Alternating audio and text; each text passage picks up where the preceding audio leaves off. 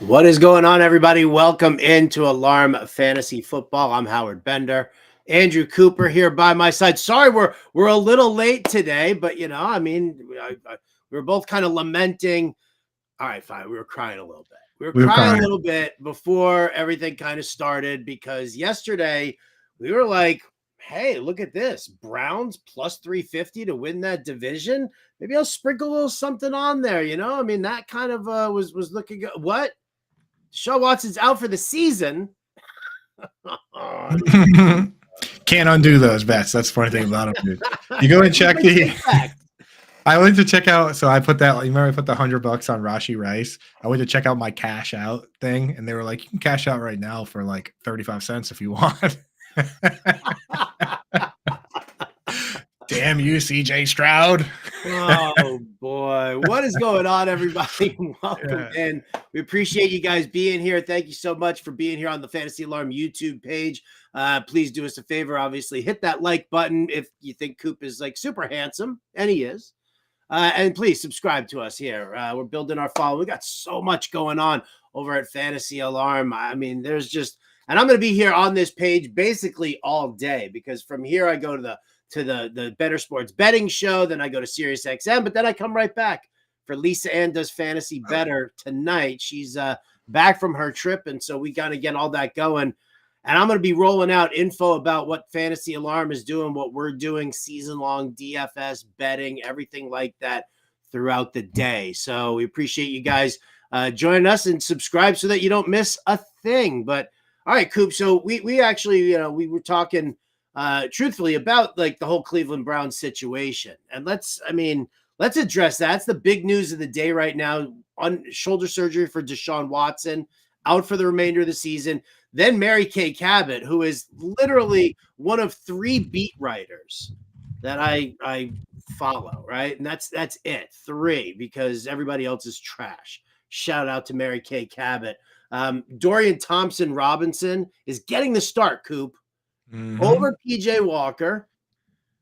I mean, I guess I don't love it, but I guess I don't really hate it. Walker really hasn't shown much, and maybe they've seen Dorian Thompson working, with the twos and just kind of improving on certain aspects that they said to him, hey, listen, this is what we saw. This is what you need to fix at the NFL level, baby.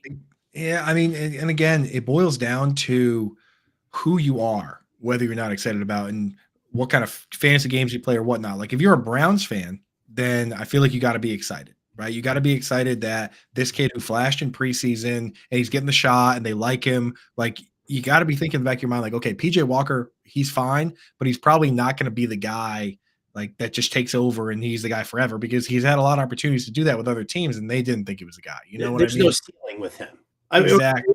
There's a low ceiling with him. Low ceiling, right. Exactly. And then, of course, there's the dynasty gamers and the campus to Canton guys, and they get all excited about DTR as well, and the Superflex guys as well. And then there's the normal fans of, of the 31 other fans that just want to watch good football games, or the people in fantasy football regular land that just want to have somebody that can throw it to reliably to Amari Cooper. Though we all want PJ Walker, right? Because we just want it to be look like normal football and have a guy that we know can deliver the football at least at a league average or slightly below average level. So personally, I was in the group rooting for PJ Walker for that reason. But I do get the excitement about the young unknown guy. Who knows, right? But I just know that Amari Cooper finally was looking good, getting the ball delivered to him on deep balls. Even when he's only catching 4 or 5, he's getting 100 yards, and right.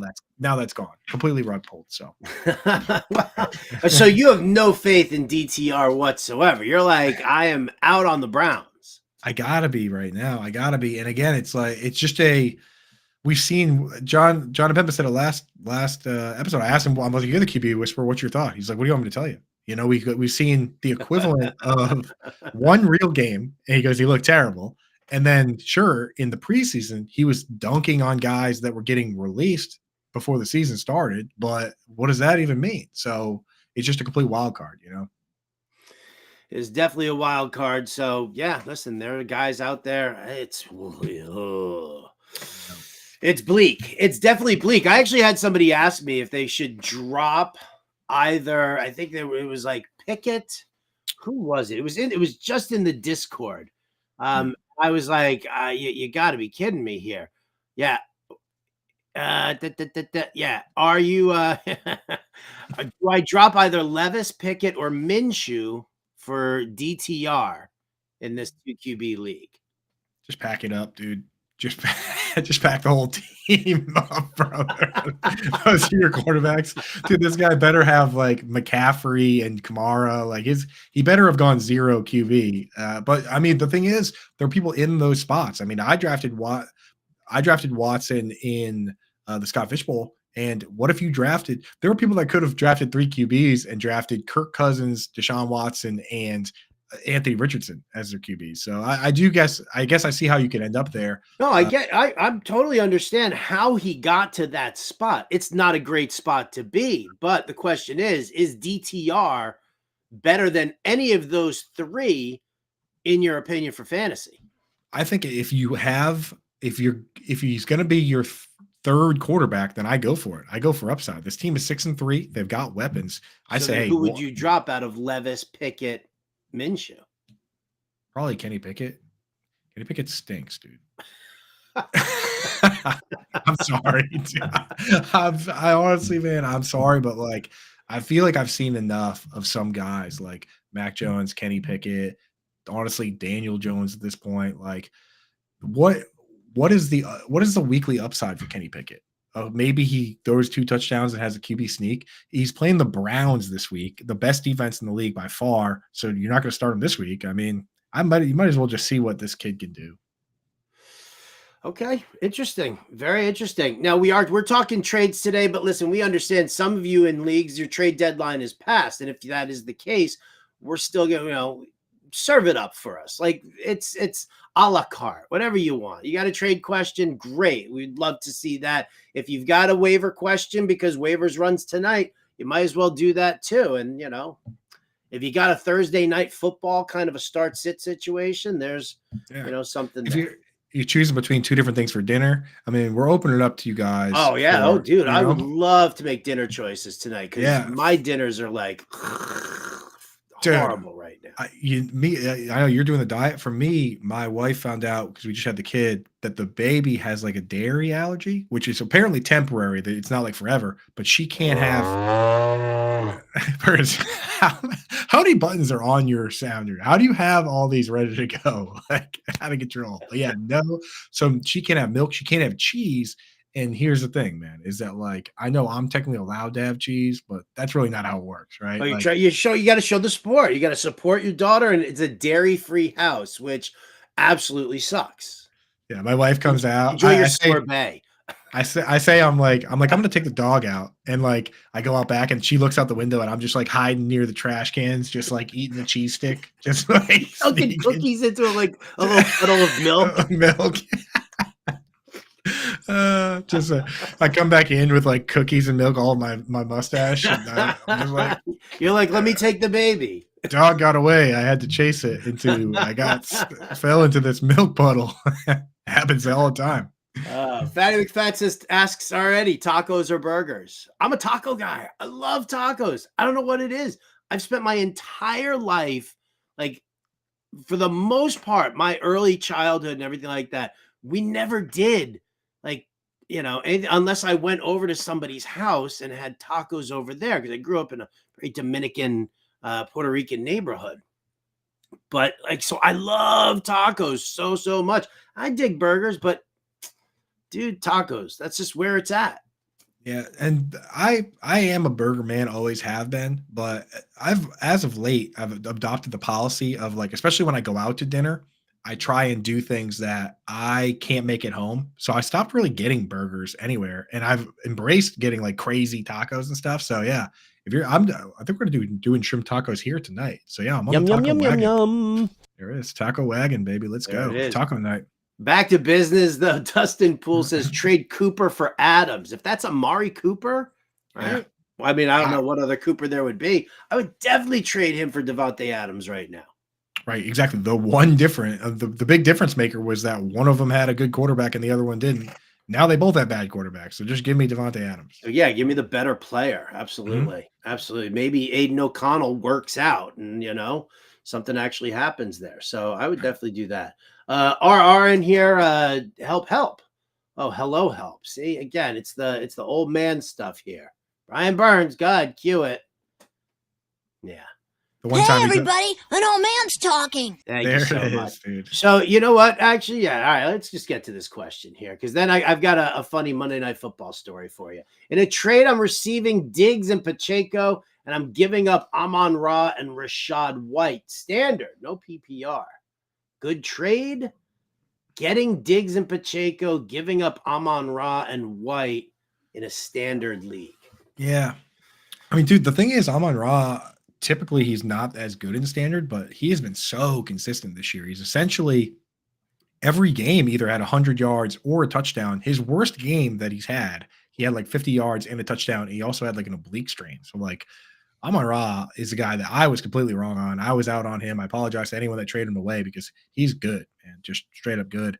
I think I would probably just stick with Amon-Ra and Rashad White. I think I would.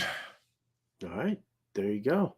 Oh, Chris Alvis says, I rarely get anything to myself. I'm willing to cook. Right. Yeah. Welcome to marriage, boys. You signed your lives away already. You please. No, no. He's saying, he's agreeing with me that he says, I rarely get anything I'm myself am willing to cook. So he's with me when he goes out to restaurants. If he can cook it, he's not ordering it. That's what he's saying. Yeah. All right, I got you. But both things do apply. Both do apply. No doubt. Right. Who's that? Birdie's in the house. Thoughts of a possible tight end sleeper upside stash for Coop? Lucas Krull. 15 routes on 20 snaps last week. High praise from Sean Payton in an article yesterday. I'm not convinced by Dulcich. I don't think anybody's convinced by Dulcich. Right. So the guy, Lucas Krull, I did look into this a little bit because he was activated from the practice squad and actually played last week, ran some routes, got some looks. And Adam Trotman is not like they planned all along to have Dulcich as a pass catching guy, and they loaded up on these other guys, the Adam Trotmans and the Michael Pruitts of the world. Or no, sorry, not Michael Pruitt, Chris Manhertz, but I mean, same thing, right? So they've got all these. They're all pretty interchangeable. It doesn't really matter. Yeah. So they've got all these blocking tight ends, and they're missing that aspect. So we talked about it where they lost Tim Patrick, they lost Dulcich. So if Dulcich is done for the year and it's starting to look like it, then Lucas Krull DFS play, I'd put him in the same category as maybe a Tanner Hudson right now, where it's like, hey, DFS, if he's going to be free, all we need is 3 receptions, right? When you're 3,000 on DraftKings, 3 receptions for any amount of yards or a touchdown is all you need to be worth the value. Yeah. I like it. I'll look into it for DFS. We'll see. Oh no, you know what? They're not on the main slate. How about that for a showdown? How about a showdown lineup right there for Minnesota, Detroit, Minnesota, Denver? I mean, I bet he'll be $200, Howard. Yeah. Oh, hey. There's another yum. Let me take a look first. I'll take a peek at that while you hit some else. That'll be $5,000. So Freddie Ramirez says, how's it going, guys? Would you rather do Brees and Tyreek for AJ Brown and ETN? Brees and Tyreek for AJ Brown and ETN, or Tyreek and JT for Eckler and CD? He's focused on the playoffs, and he's also got a lot of fun names to say and kind of like abbreviate there too.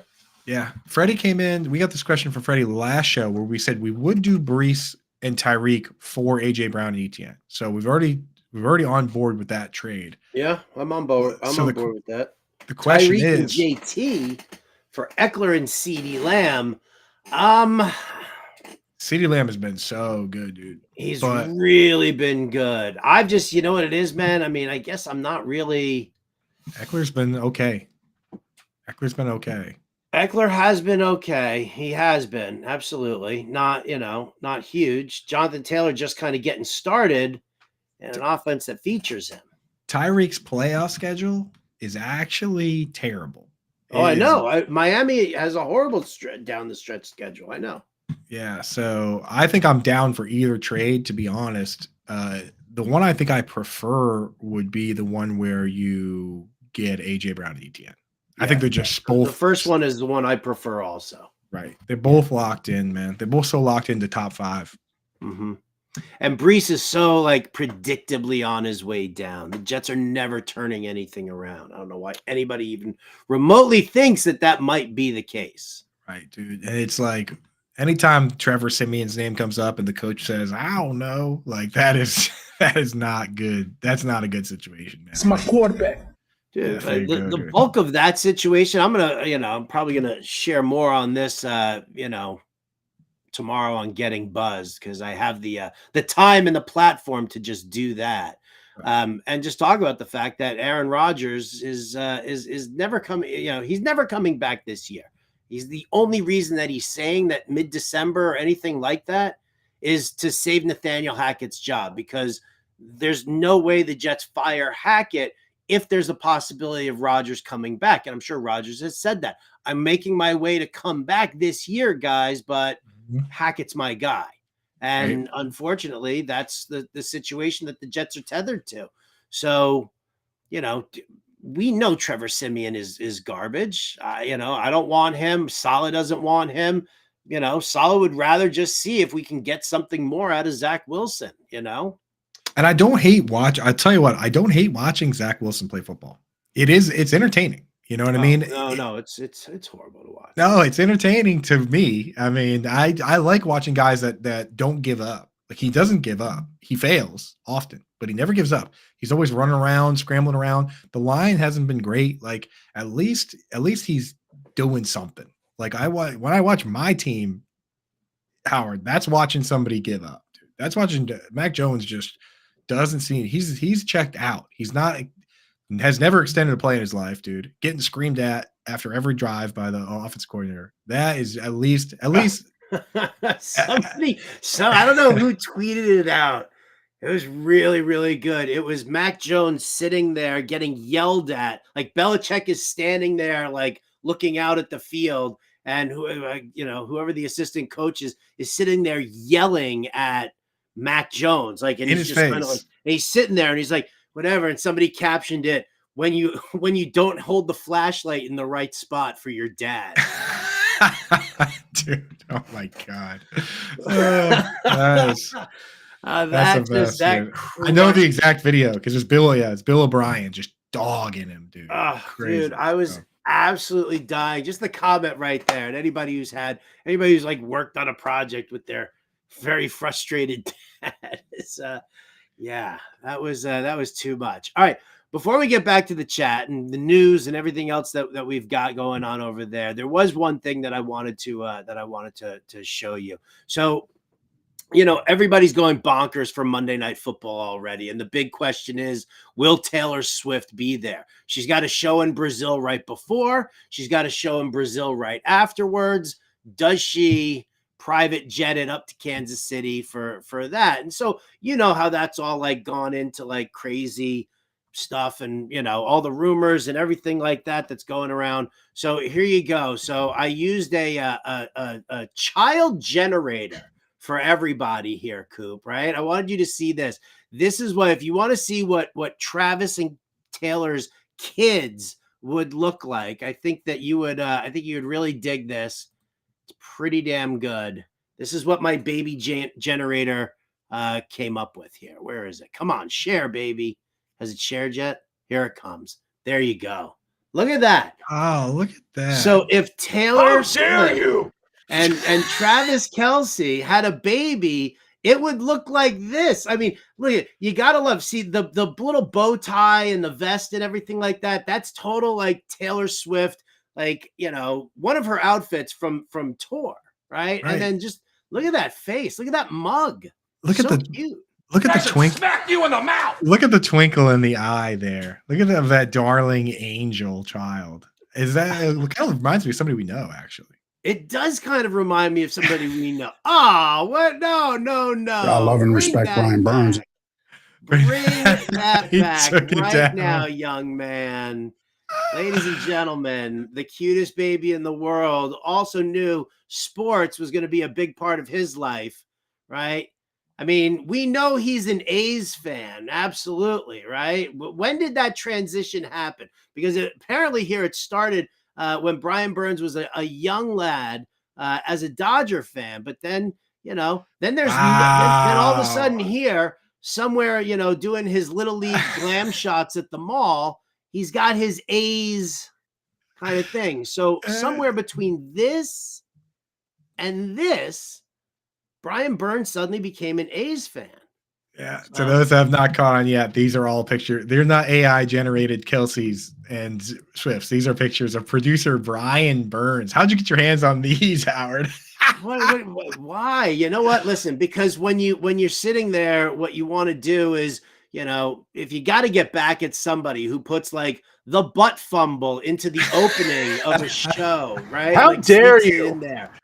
Right? Yeah, there he is. There's right? Burns. Burns. Right? Okay. Well, we got you here. I got to ask some questions about this particular fit right here.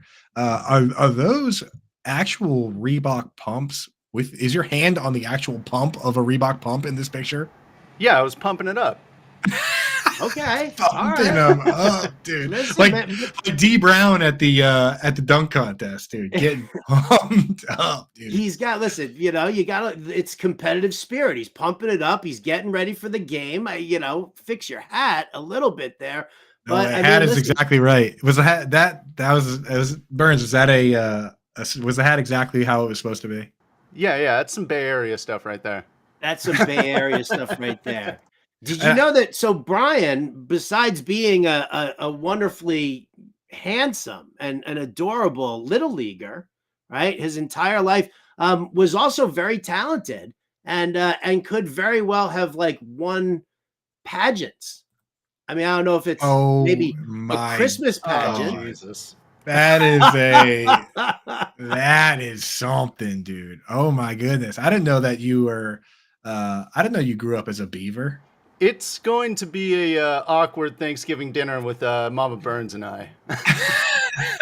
What I love though is that bold enough to wear the bow tie. Bold enough at very young ages to wear the bow tie, which is probably why you've got the crown. But I think for me, Coop, the winner here is the cape, with the feather boa thing on it. That's a really strong look right there. I mean, well, it's a really regal look. You can tell when you've arrived in life when you walk onto a stage and someone decapes you.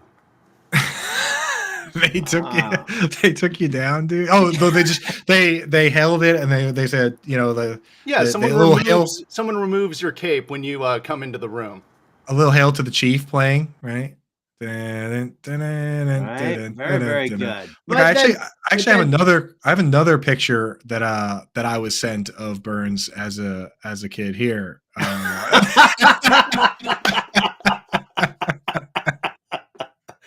We get those side by side. Oh yeah, there's that's there we go. Good. That's pretty good. So you cost your parents. Not only did he cost his parents like massive orthodonture bills, right? But then he went on to a budding ice hockey career here, Coop. And here we go.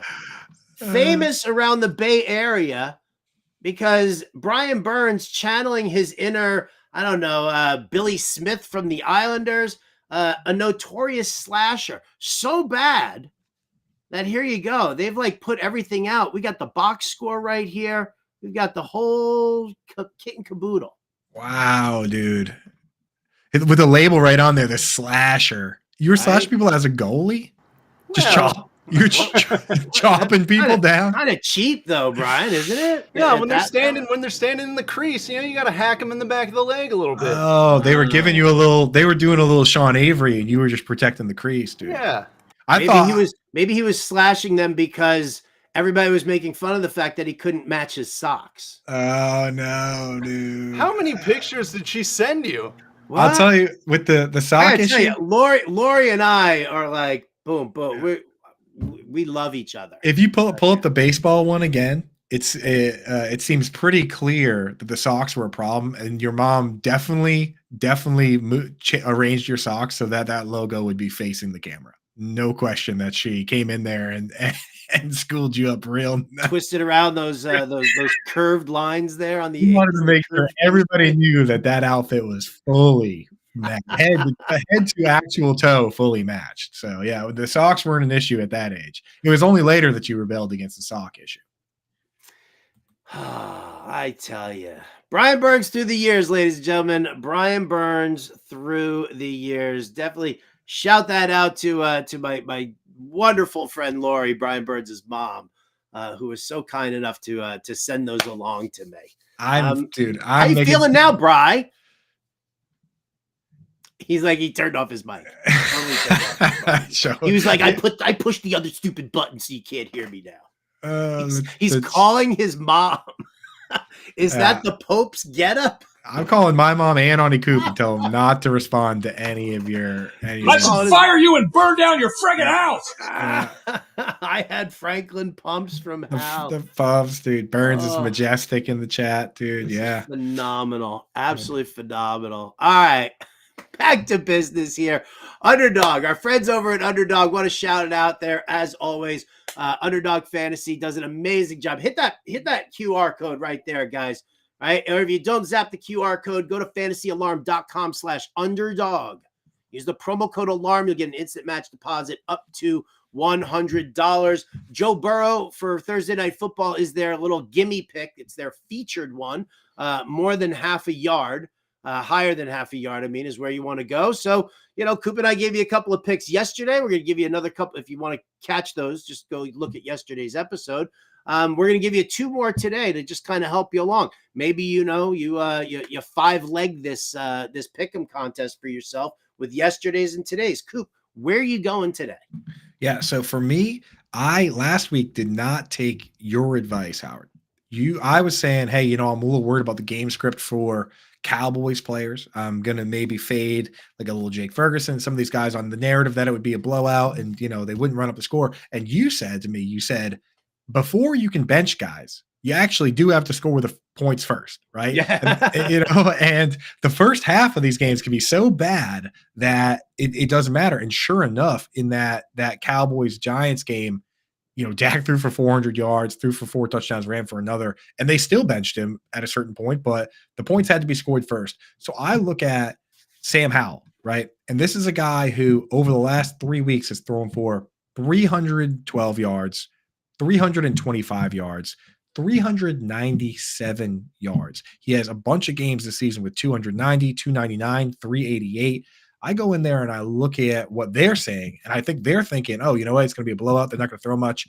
They have him set at 255.5. I'm looking at what Dak Prescott did throwing for 400, and the fact that Sam Howell is throwing for 300 3 times in a row, and I'm saying, I think Sam Howell is just going to come out and chuck all over this team. And if they got to bench him in the fourth quarter for the backup, then fine. But Sam Howell at 255.5, I'm going to go higher on that. I think this is going to be another game where it's just huck it, chuck it all over the Giants. Yeah, I think that's what we're going to end up seeing for sure. He's definitely, the consistency, the dude's throwing it 40 times a game. I do find it could be a little intriguing that if they just really go run heavy, and you see so much, like all of a sudden Antonio Gibson gets like 15 carries, like, something crazy bonkers like that. But I think that this is their style and this is what they want to do. And so maybe in the second half, like you said, maybe they'll take their foot off the gas there and run the ball. But yeah, Sam Howell to Terry McLaurin. I love that matchup against the Giants for sure. Curtis Samuel out of the slot. I think that's going to win as well. So I love that pick here, Sam Howell. For me, here you go. I'm going to go against the grain. Derrick Henry, 64.5 rushing yards. I'm saying lower for Derrick Henry. Very tough defense, run defense for the Jacksonville Jaguars. They're giving up like fewer than 80 rushing yards per game. Not a lot of touchdowns as well.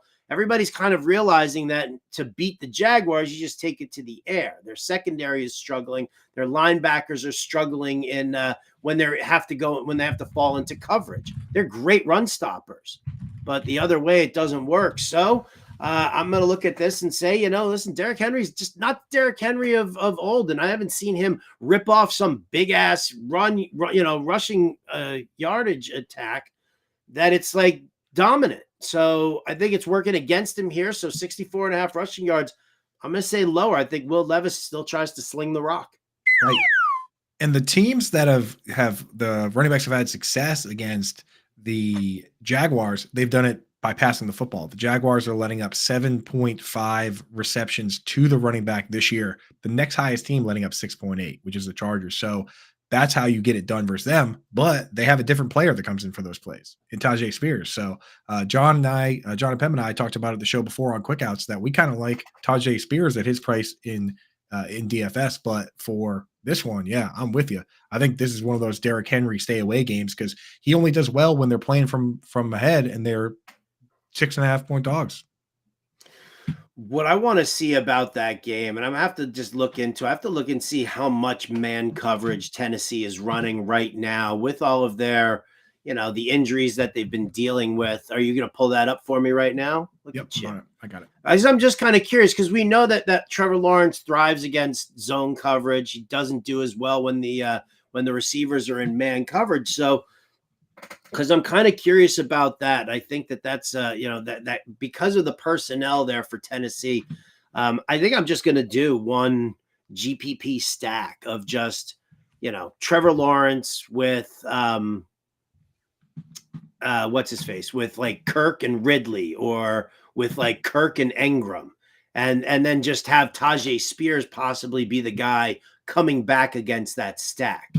Right, not have to pay as much for Derrick Henry to get him in there, but see what happens with Tajay Spears. Might be a little wacky there. I mean, really, you need Jacksonville to really pop against Tennessee in order for it to like work. The comeback is the interesting part.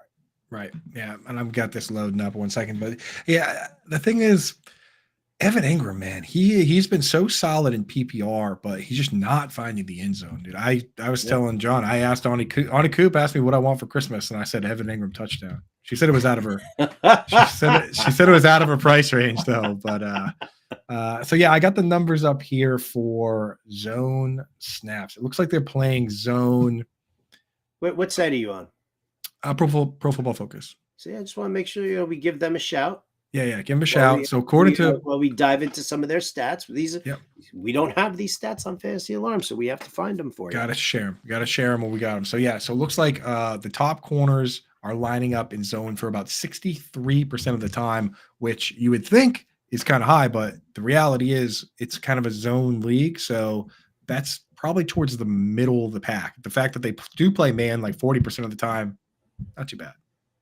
Not too bad. And now the question is with the personnel changes that they've had to make over the last couple of weeks with the injuries and stuff, are they relying more on zone than on man because of the quality of cornerback? Like that's something that I'm still diving into right now. But nevertheless, that's just, Well, you want me to check it out? I could do like last 3 weeks. Go ahead. Do me last 3 weeks. Why don't we just we got the information at our fingertips here. So why don't we figure that out? So it looks like last 3 weeks, they have definitely, hey, look at you, Howard Bender. You didn't even have to look it up and you knew the narrative. They've been leaning more into zone. In fact, Sean Murphy Bunting, his snaps, 77% of those have been in zone. The other guys about 70% or so. And well, that makes sense because, when you go goal line and everyone's locked down, then some of the other guys probably play more man. But yeah, so now usually closer to 60, now closer to 70. So definitely skewing a little more zone than usual. Yeah. And now with Murphy Bunting banged up also, he missed last week. Right. Yeah, so questionable for this week. Christian Fulton in man coverage? No, I mean that's what I'm saying. That's why I'm kind of looking at that one in such a way. Let me go back to the chat here because we do have some trade talk going on here. Hal's in the room. What's up, Hal? He says he can't get squad for Barkley. Only offer is Najee and Quentin Johnson. I have tried packaging him up with Rashee Rice. People are very leery about that. Except for this one guy who just traded Breece Hall straight up for Saquon Barkley. Like he offered Hall for somebody else and was turned down, and they countered with Barkley and he accepted, which I was like, I don't know. I did that Michael Scott like cringe face. Right. It's like that's diving to catch a falling knife. I feel like I don't know if I would want. I don't know if I want to catch that one right now. I think the Giants are getting real close to packing up the circus here and fighting for that top pick. You know. Yeah. So pretty ugly. Big game versus the Patriots coming up in a couple weeks. Next week, I think they're saying worst game of all time. That's what they're saying. Caleb Williams Bowl. We can't wait. We gotta lose that game. Come on. DM7819 says I've got Adams, Kirk, Jacobs, and Barkley as my starters. Debo Samuel in the flex. Am I good with them in the rest of the season, or should I try and package a trade with bench guys to boost my team? If so, who to target? Full PPR. All right. So here's my philosophy. All right. At this stage of the game right now, going into week 11, there are 3 weeks left in the playoffs. If you think that you're making the playoffs, if you're already, at the top part of your standings, or if you feel really comfortable being on the bubble, so to speak, but you got a lot of points or anything like that. What I do at this point in time of the year is I do consolidation trades. I don't care about my depth. I want a team right now that is going to make that push through the playoffs and win. So I don't want to make lineup decisions. I will trade like starters and a bench guy, a decent bench dude, to somebody trying to make the playoffs in order to get their no-brainer starter. And that's what I want. I want a no-brainer QB. 2 no-brainer running backs, 3 no-brainer wide receivers. If I want to play the matchups with my flex spot, then so be it. If I want to think about juggling for a tight end, fine. But those top 6 positions right there, those are locked in. I don't want to touch them for the rest of the season, right? Those are the guys that you go out there and get. And then when you deplete all of your bench guys for making these moves, then that's when you just go to the waiver wire and then hit up all of these guys who are fringe roster dudes, because you don't know. You get yourself some Rondell Moore, you get yourself a Michael Wilson, you add in a Tajay Spears if you're playing in a shallow league and he's still somewhat available. To me, that's how I am arranging all of my trade deadline stuff here. I'm just giving stuff to people for no-brainer guys. That's my move. Yep. And, use bye weeks to your advantage. I know this week's not a great example because, there's, Bijan's on bye. You can go for him or Alvin Kamara, but go to the guy who has Mark Andrews. If that guy's not locked into the playoffs, be like, hey, just a heads up that you're going to be missing your guy here. Justin Jefferson, in a couple of weeks, you're going to have a bye week. You're going to be missing this guy. You can't afford to lose any games. I'll lose that week. I'll take this guy. You can't afford to lose this week with Kamara. I'll take him off your hands and help you win this week so your team doesn't get eliminated. Those moves, it's not like a predatory move because you're helping that person win, right? If that person loses this week with Kamara on their bench, then it doesn't matter for them. So definitely start making those trades, start consolidating, and try to set your team up to be an absolute juggernaut, man, because we forget how it doesn't stop being fantasy football when the playoffs come. Right? You got to have as many amazing players as possible because just lose 1 week and you're done. That's the way we do it. That's how we're handling the trades. I mean, listen, that's just, for me, that's my strategy because I hate the lineup decisions. You guys should hate the lineup decisions. You want to build that roster. So it's whatever. Yeah. I don't even need to look. I don't even need to make that move. So back to the Q&A here. Dynasty, I can get DK for Mixon. Leaves me with Brees, Swift, and Javonte. I mean, I think that as far as it sets you up better for the long term because DK Metcalf has more years left for sure than Mixon. If you're making your lineup better now and long term, then it makes all the sense in the world. My concern is too many times I see people try to get too cute and they think, oh, my team's so good, I'm going to win this year. I can also make my team slightly worse this year and then I'll be better for the long term. I hate those moves. But a move like this, if it's making your lineup better, I like it. All right. Hal says he was thinking about packaging up Barkley and Puka. Not sure what to shoot for. Ford and Javante, Chandler, Gainwell, Rico, and Eli Mitchell at running back. 2 wide receivers, 2 running backs, a flex, Adams and Olave, Puka, Rice, Downs, and Palmer. I mean, Barkley and Puka to, Yeah, first off, look around your league and find the guy who knows the least about what's going on. Right? Right? It's like maybe he doesn't know that the bottom is falling out for the Giants, or that Matthew Stafford's got a major is hanging off. Yeah, exactly. Find that guy first, and then see what he'll give you. I think that's what I would do with those 2 players, buddy. Which side would you rather have on this one here? Josh Allen and Pollard, or Herbert and Olave? So again, it depends how it affects your lineup. But at face value, I think I would rather have Josh Allen and Pollard. Even though Jameis Winston is such a good boost for Olave, I feel like it's so hard to find running backs that play every snap, man. Even when Pollard is like, last week was bad, but again, game got out of hand. They threw Rico Dowdle in there. For the most part, Pollard's getting 50 yards, catching a couple passes, either scores or doesn't. I think I'm going Allen and Pollard. What do you think, Howard? I mean, again, obviously it does depend. I mean, if you have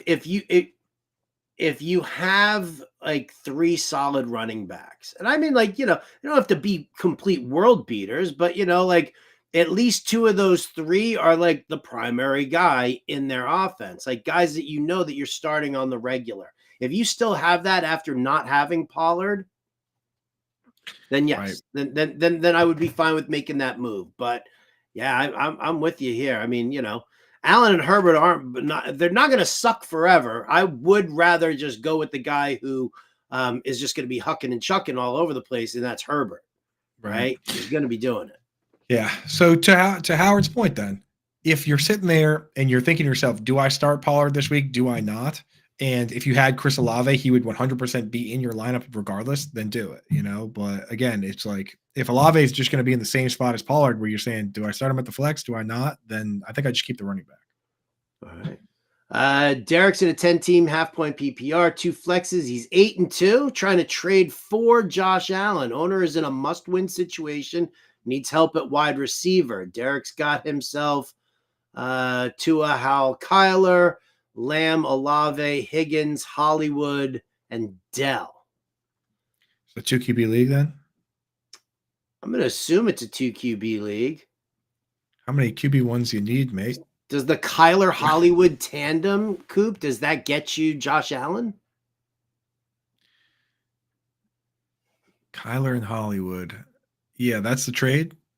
I'm just, he's like, any thoughts on who to package to get? I think Allen? I would do that. Yeah, I think I would do Kyler and either Hollywood or Dell to do it, or honestly Howell and Hollywood or Dell. I mean, Tua. The thing is with Tua, he has that terrible schedule. So, but I wouldn't trade Tua and one of those guys for Josh Allen, because Josh Allen's got a bad schedule too. He still has Dallas, he still has the Jets this week. Yeah, right. He's got Philadelphia still coming up also. Yeah. I don't even know if I would want to do that. Like, knowing that Tua, your primary QB, is, got a terrible schedule here. I mean, Howell and Kyler, if push comes to shove in a tough situation, I would probably rather do that than wonder about Josh Allen. Yeah, I would just stick with what you got. Don't help that kid. Don't help him. Screw him. Forget it. Oh, Hal is enjoying all the Brian Burns photos. You guys respond in the chat here if you want to see those again, because he is quite handsome. The crown one. Burns, I still need to know why. Did he say why he was wearing that? It was a play? It had to be a play, right? No. He won. He was in a pageant. He came in. That's wow. He came in first, actually. Let me pull up the email here. Look, when you're this attractive, people put crowns. Well, obviously, they just come up. Some guy on the street was just like, "Wow, that's a cute kid. Let me crown you.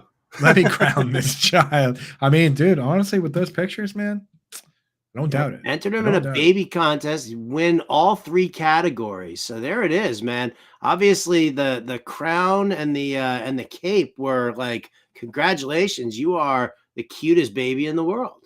The 3 categories were cutest baby, best socks, and biggest front teeth. Those are the 3 categories he swept in.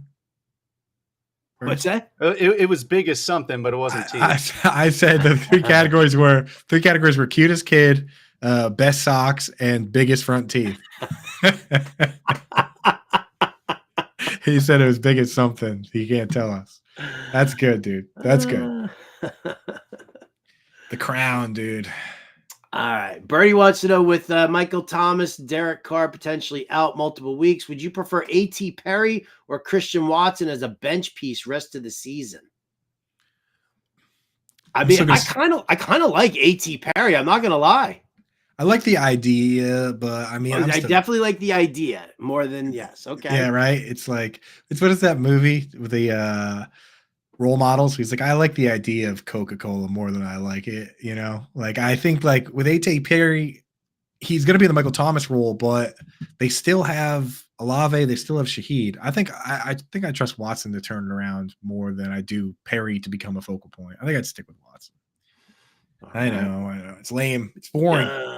Jonathan Santiago here says he's got an open slot. Should I pick up Rico Dowdle or Pop Douglas? My wide receivers are Tyreek, A.J. Brown, Tank Dell. Running backs are Walker, Monty, Jones, and Charbonnet. I think you've answered your own question there and said Rico Dowdle. You think so? I would rather, if he's really... He's never going to start Pop Douglas. You're right. He's never going to start. I love Pop Douglas, and you're never going to start Pop over those guys. And what everybody's talking about right now, and stuff that I've been reading about, is the fact that one of the big issues that that Dallas is having is that they've realized that, you know, the role that Zeke played last year, they've tried giving Pollard the full load, but he hasn't been able to deliver with that. And now all of a sudden here, as the season's waning on, they're using Dowdle more and more as like it's not just the blowouts. It's more of like hey, here's a little 1-2 punch right now, like we had with Zeke.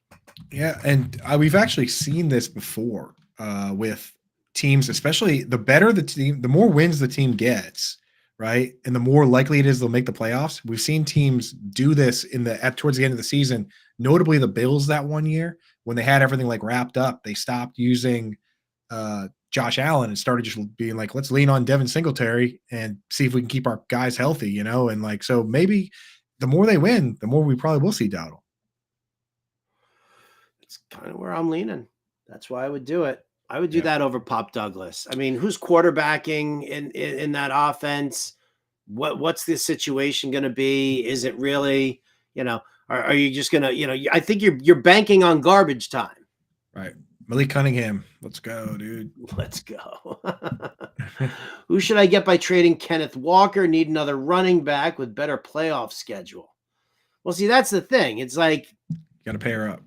Yeah, you have to pair it up. You can't just if you're looking at his schedule and you're looking at his situation with Zach Charbonnet, so's everybody else. Right. Like unless you've got a complete rube in your league that doesn't understand what's going on, like that's where you have to go. So you have to be creative with your trades. So you have to pair up Kenneth Walker and a wide receiver for a better running back. Like you have to offer something else. You're never going to get it done in a 1-for-1.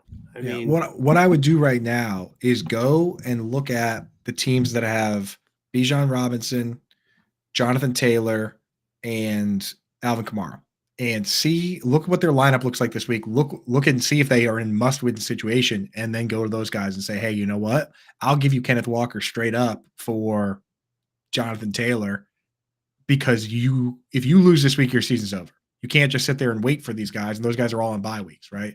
So maybe I'd do something like that. Okay. Jacob Anders says 1 QB league. He's got Tua and Kyler. He's got 2 offers on the table for Kyler Murray right now. One is Jerome Ford. The other one is Waddle. Ick. I mean, I kind of think that with the fact that we are concerned about Tua's upcoming schedule, that maybe having Kyler Murray sitting on your bench ain't such a bad thing right now. Yeah, I don't even know. dude, I don't even know if you do start Jerome Ford in that situation. And Waddle's got dealing with a back issue. So I think you're better off just hanging tight. And Waddle's got the same schedule problems as Tua. Yep. Rod Elliott's in the house. Dynasty Superflex QBs are Lawrence and Goff. I've got 3 first-rounders rebuilding. Would you trade Goff or Lawrence and a late first for Kupp and Watson? So, I mean, it's Christian Watson and not Deshaun Watson. If you're rebuilding, why are you trading for Cooper Kupp? Yeah. I think I definitely keep Trevor Lawrence. If you want to trade Goff if you want to do a trade that involves Goff and a first, I would consider Goff and a first for that. I mean, Goff is getting up there in age. Watson's still pretty young, man. I think he's not just going to go away. He's not just going to go away. What is he, like 27? Deshaun Watson? Yeah, but I'm not looking at him. I don't think he wants to play football, dude. Maybe not. Shoulder surgery again now. I mean, this is like, I mean, it's always been something with him since coming back to Cleveland. It was an ankle, and then he like, oh, but I'll play on it, right? I mean, I think there's just this is going to be a very, very bad situation. I think this was a huge mistake by the Cleveland Browns, and and all of that guaranteed money. I mean, they're going to eat so much of that. I mean, I don't know what Deshaun Watson's going to be like when he comes back from shoulder surgery. Could be Chad Penningtoned up, and honestly, I didn't realize. I thought Goff was older. Goff is 29, so I would just stick with Goff and Lawrence, man. If you're rebuilding, then you want to have young quarterbacks. Yeah. Got offered Tony Pollard and DJ Moore for CeeDee Lamb. My running backs are Walker, Barkley. Would you take it? No, you're not. I'm not gonna swap out CeeDee Lamb from my roster in order to decide between Pollard and Barkley. Yeah, don't do it. Keep CeeDee Lamb. He's a beast. Yeah, definitely. I've got Kincaid as my only tight end. Am I good at the tight end position, or should I look to grab someone else because Knox is coming back? Yeah, I mean, here's the thing. Knox is coming back, and also the Bills have a bye week in like the week after next. So you're going to need somebody anyway. So I would definitely, with Knox and McBride and also Dalton Schultz because of his schedule, those guys still live in the land of you should be rostering too. Because, I mean, you're going to need to – whatever you're using that bench spot on, you're just going to have to drop somebody in week 13 anyway. And here's why I'm doing it now on top of that is it's not just Kincaid that has bye week 13. It's Mark Andrews. It's Cole Kmet. It's TJ Hawkinson. The very next week, Trey McBride goes on waivers. So he goes on bye. So there's going to be a lot of Trey McBride folks out there that think they can just wait and fill in their lineup with a tight end, and all these tight ends are going to get picked up, and they're probably not going to get dropped. So right now, I go out and I add the best tight end before the Mark Andrews and the Hawkinson guys realize what's about to happen. All right. Grumpy Sports Fan wants to know, what do you think of Chase the rest of the season? He's a stud. He's a no-brainer, number 1 wide receiver. Awesome. Yeah. He's super awesome. That's it. Water from my situation before. I'm 7-3 with Herbert, running back Swift. Still lean trading for Allen and Pollard. Oh, that's the Allen and Pollard trade. Yeah. Herbert, Swift, B-Rob, Kyron on IR, Tajay, Algier. He's got Chase, AJ Brown. Yeah, I think Nico Collins, Olave. Who was he? Wide receiver? He was giving away Olave as part of it. Yeah. I think I do that, man. I mean, like,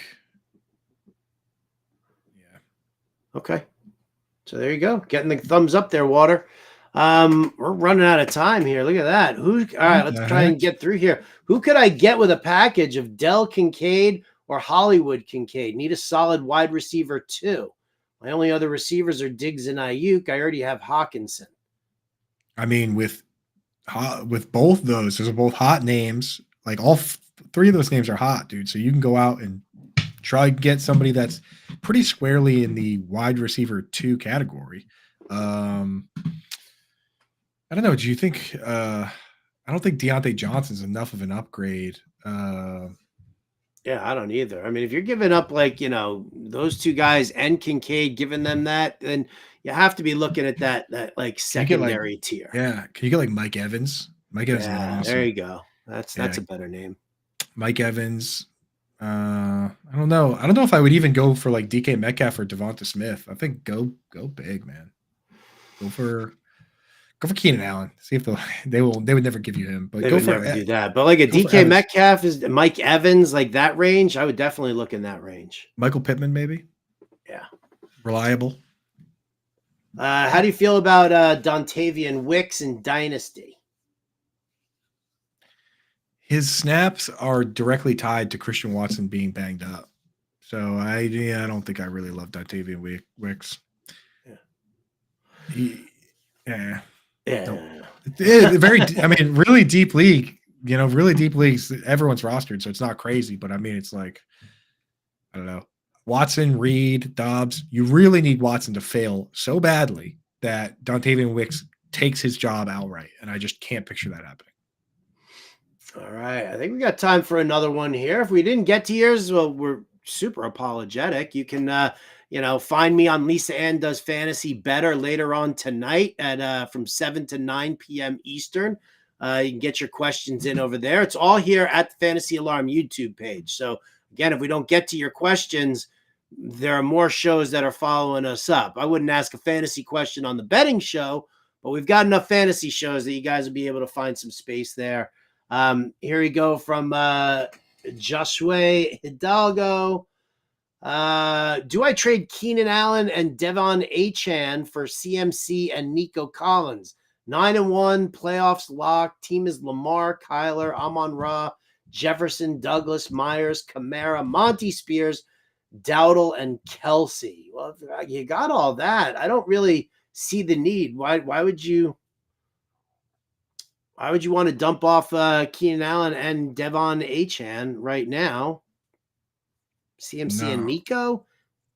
It's a strong downgrade for me at wide receiver. Like it's a big drop at wide receiver. Obviously, it's a good upgrade at running back. Yeah. No, I think I'm just gonna stick with what you got, man. If it ain't broke, don't fix it. Yep. So there you go. That's going to do it for us here today. Again, apologize if we didn't get to your questions in chat. Subscribe to that Fantasy Alarm YouTube page. Hit that like and subscribe button so that you guys can stay tuned for all the shows. Me, Andrew Cooper, John Impemba, Britt Flynn, Kevin Tompkins, the whole gang. We're always here for you guys. So we will figure it all out tomorrow, I guess. We'll be back for Alarm Fantasy Football, answering all your lineup questions as well. So big thank you to Brian Burns, that handsome man. Big, huge shout out to your mom, Lori. She is the best. For Andrew Cooper, I'm Howard Bender. We'll catch you next time. Adios. Brian Burns, he deserves